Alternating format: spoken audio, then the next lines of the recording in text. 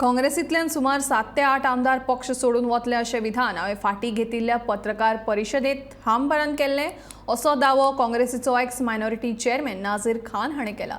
काँग्रेस पक्ष सदांच एकठांय आसतलो अशें म्हणपी काँग्रेसीचो अध्यक्ष अमित पाटकारान राजीनामो दिवचो अशी मागणी ह्या वेळार नाझीर खानान केली। पक्षांत उरिल्ले तिनूय आमदार रोखडेच हो पक्ष सोडटले अशेंय मत नाझीरान मांडलां।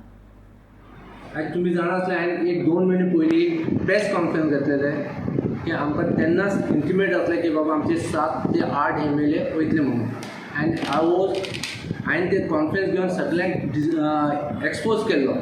सो म्हाका पार्टी प्रेसिडेंट शोकोज नोटीस धाडलेले on basis of what you have taken the press conference. आयज हांव पार्टी प्रेसिडेंटाक सांगपाक पळयता की आयज 8 MLA गेला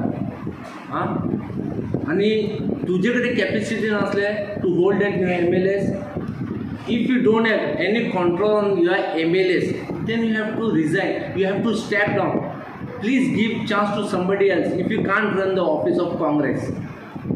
As this conference लागून जे म्हाका शोकोज नोटीस जाले आनी on that basis of showcase notice I have resigned from the party post.